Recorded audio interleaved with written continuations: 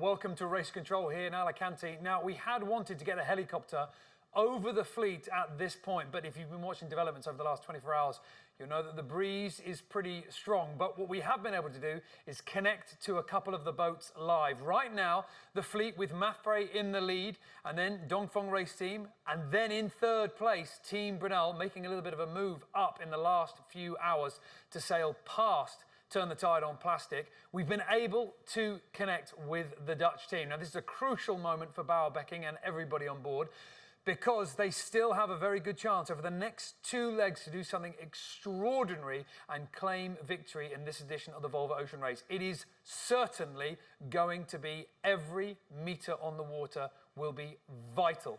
So Team Brunel right now in third place. I think we do have Team Brunel on the line. We've got Bauerbecking, the skipper, down below right now. We can see him now. Bauer, thank you very much for taking the time to talk to us. I know that, well, like every minute in this leg, it's going to be absolutely crucial. The signal is just dropping in and out. But if you can hear me, just explain to us what's going on right now as you guys are sailing over the top of Scotland. Yes, good evening.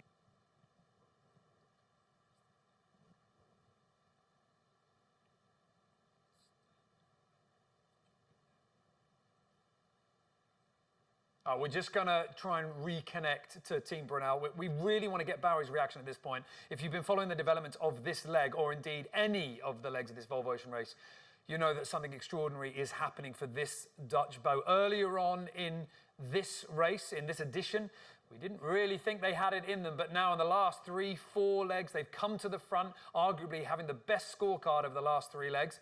And now they have got 2 more legs to turn it around. Ahead of them, as we pull back on the 3D tracker, we've got Dongfeng Race Team in second and Mafre in first. Now that is crucial. Team Brunel need to get up into first place, and they have been absolutely blasting along. We have got a helicopter out trying to pick up the boats whenever they allow, and we have in fact got some incredible helicopter footage from earlier on. This is some of the conditions that they have been sailing through. We have seen the breeze really coming up and the angle to the wind, meaning it's downwind, full sail and fast sailing. When we were covering this footage as it was being streamed to us live from the helicopter, we were remarking on the fact that it looked certainly like Team Brunel were going full throttle. It looked like they weren't holding back at all. Well, in the last few hours, it seems to have gone well, because look at that. The helicopter proved it. They were next to Team AkzoNobel. Turn the Tide on Plastic were in front of them. And now Team Brunel have moved themselves up to third. I think we do have Bauerbecking, the skipper, back on the line. The connection is dropping in and out, considering how fast and how raw the conditions are right now. That's no real surprise. So let's see if we can speak to Bauer again. Bauer, thank you very much for hanging on in there for this connection. We've got so many fans trying to follow this moment. Just give us an update.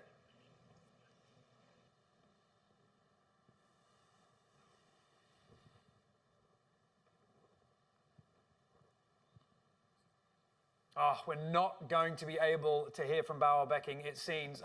Now, one thing I should point out to you, that on the website, there is the raw feed. And of course, like all the boats out there, we've got an onboard reporter on board Team Brunel, sending off some of the images. And in the last few hours, we have got a rather, shall we say, candid interview with Bauerbecking, the 8-time Volvo Ocean Race veteran, talking about some of the pressures that he's experiencing.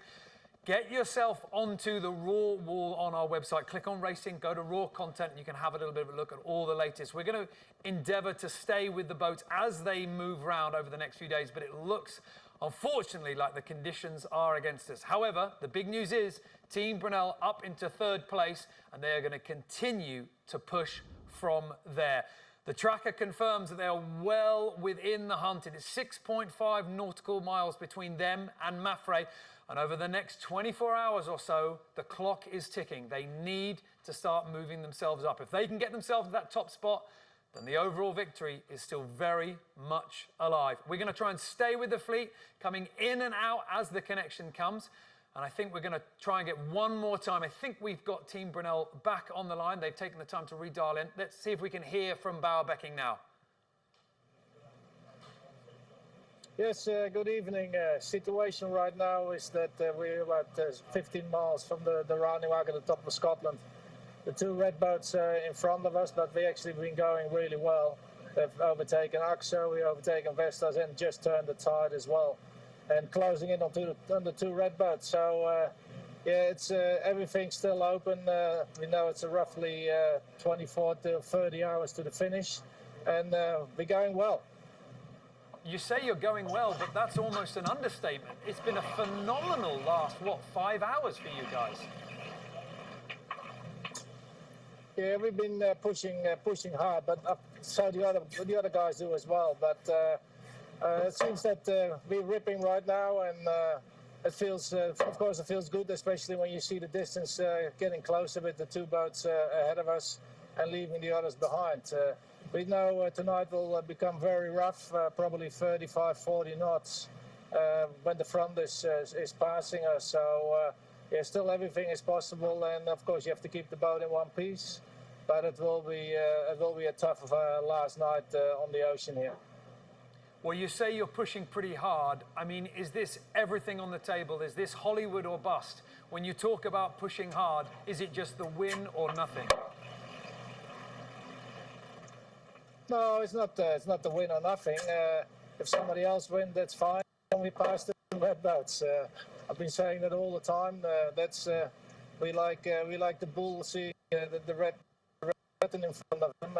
That's the two red boats, and that's the only thing that counts. We have to beat them to keep the hopes alive of an overall win. Well, we're live at the moment on all our social media channels, and we've got a lot of Dutch fans cheering you on at the moment. I wonder whether you got a special message for them. Ja, natuurlijk iedereen in Nederland. Ik weet hoe jullie ons volgen. En het enige wat ik kan zeggen is, we doen ons uiterste best. Het zal nog super spannend worden en blijven. Maar het is niet over dat het de finish in zicht is. Dus nog veel plezier deze laatste 30 uur, want het zal wel buiten worden. Bowie, thank you very much. This is a crucial time for you in this race, as I'm sure every hour will be. Get back to your work, get back to pushing hard, and keep up the speed. Okay, see you guys. Have a good evening. Bauer backing down below on Team Brunel, seeming pretty relaxed right now, but a big understatement. They really have been performing absolutely phenomenally. As he's saying, he's overtaken Team Axo Nobel. Vestas turned the tide on plastic up into third place, and they really did. They really hurt from jibing early on the fleet. However, now they have got Dongfeng Race Team just a little way ahead of them, and if we're lucky, we might be able to see what the conditions are like on board Dongfeng Race Team. Yes, we can. So this boat only a little way ahead of the Dutch boat, and it is absolutely crucial for fans of Dongfeng Race Team that they stay ahead of them and stay in touch of Mafre. At the moment, officially on the leaderboard, Dongfeng Race Team is our #1 ranked boat, but with everyone finishing in the positions that they are right now, they won't be for long. It'll be Mafre that will be at the top. Dongfeng Racing will be 1 point behind them. But there is a little bit of a trick up Charles Cordrelia's sleeve. There's an extra bonus point for being the boat that has got the fastest, the lowest elapsed time all the way around the world.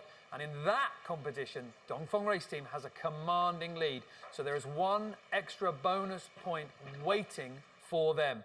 They know that they are going to be fast in these conditions. They know that they came into this competition within an edge.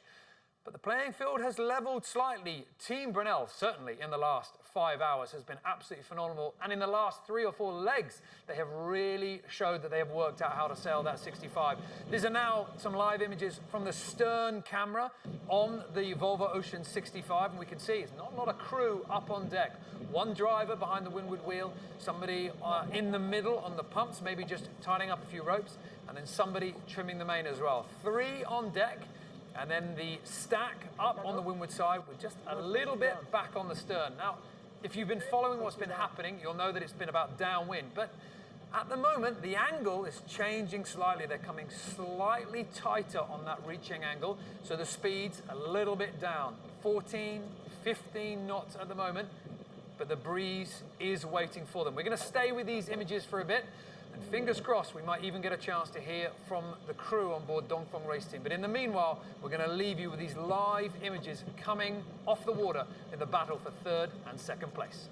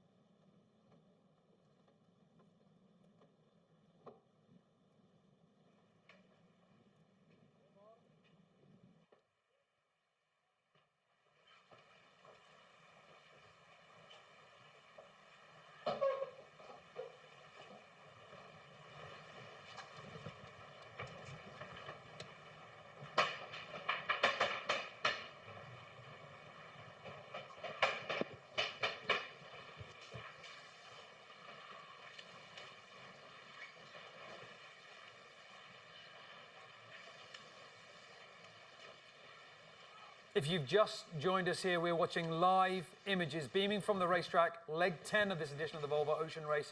And we've just heard from Bauer Becking on board Team Brunel, moving themselves up into third place. Now we're seeing live shots of Dongfeng Race Team, a little way ahead of them in second place, with Mafre currently out in the lead. And we were hoping to talk to some of the team and some of the crew members on board Dongfeng Race Team. It's not going to be possible because they're a little bit busy. At the moment, they are engaged in appeal. Now, we have seen them on some wider reaching angles, sailing away from the breeze. They've turned up a little bit closer to the wind.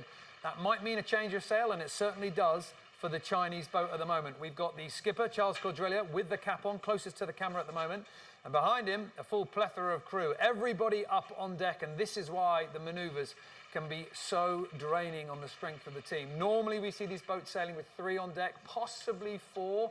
But at this point, when the sails need to change, we need to get everybody up in front on the deck, working hard. Behind the camera, we'll probably have 2 or 3 crew members on the foredeck, working with getting the new sail in position. And the key to this maneuver, in fact, if you watch the Daily Show today, we were able to follow appeal all the way through. The key to this maneuver is to have 2 sails up at the same time, rather than drop one, get the other one ready, and then go up. So there's no dip in speed. In order to do that, it takes an awful lot of coordination and an awful lot of effort on the side of the crew. So we're going to stay with these images at the moment with Dongfeng Race Team. Stay with them as they prepare for the next few hours on leg 10. A slight change in the wind angle, meaning a slight change in the sails needed. I'm going to stay with these images. Fingers crossed the connection allows us to watch the peel in full.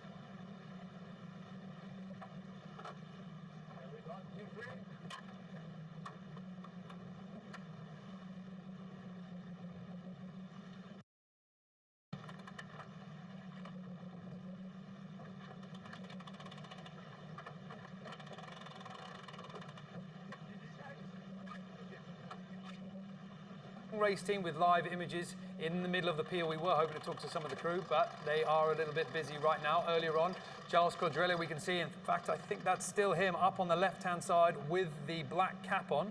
He's been overseeing this peel right now. And there's plenty of breeze and there's plenty of water going on.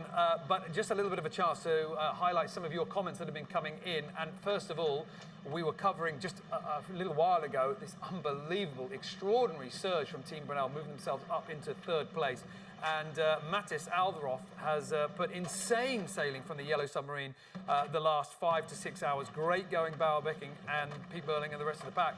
You're not wrong. Absolutely phenomenal. And when we finished our last broadcast, we thought, well, this is going to be the status quo for the next few hours. Somehow, Team Brunel has found an absolutely incredible edge of speed. Really, really, really impressive.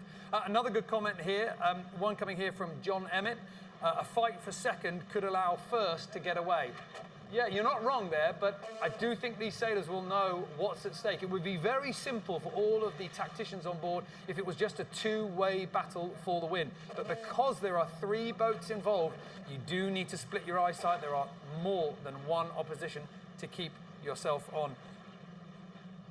Andrew Ribbon writing here, looks wet and cold. Yeah, it absolutely does. And one thing's for sure, as we pan around on Dongfeng race team in the middle of their peel, there is somebody on that foredeck, clipped on, wrapped up as much as they can, and they are walking up and down. And every single time those waves come over the deck, they're the one that's going to get wet. Now, on board each of these boats, we've got a onboard reporter. They're the ones that are beaming us back these images. So we've checked in with Team Brunel. We've had a little look at Dongfeng race team. That's third, that's second. Mafre at the moment, we're not able to connect to Mafre. We're hoping to bring you a little bit of an update from them later on. And indeed, we do have a helicopter and camera team following the fleet. And where possible, they're able to sail out, get a little bit of a look at what the racing and the conditions are like, and then beam that footage back to us. We are going to keep our eyes peeled for all these developments. Team Brunel certainly has surprised all of us, and I'm sure there's going to be a lot more surprises to go. Turn the Tide on Plastic are going to be desperate to hold on to that 4th place, but 1, 2, 3, the big powerhouses in this edition of the Volvo Ocean Race have set themselves up for a final showdown on the big reach over the North Sea all the way to Gothenburg. We are going to be back with you tomorrow. We've got a quick fix in the morning, 1300 UTC, another big dive into the tactics that are working on the daily show. And we will be sending our helicopter out over the fleet wherever possible to bring you more live images. Stay with us. Keep your eyes peeled on our social media channels. Leg 10 is certainly proving to be one unbelievably unpredictable ride.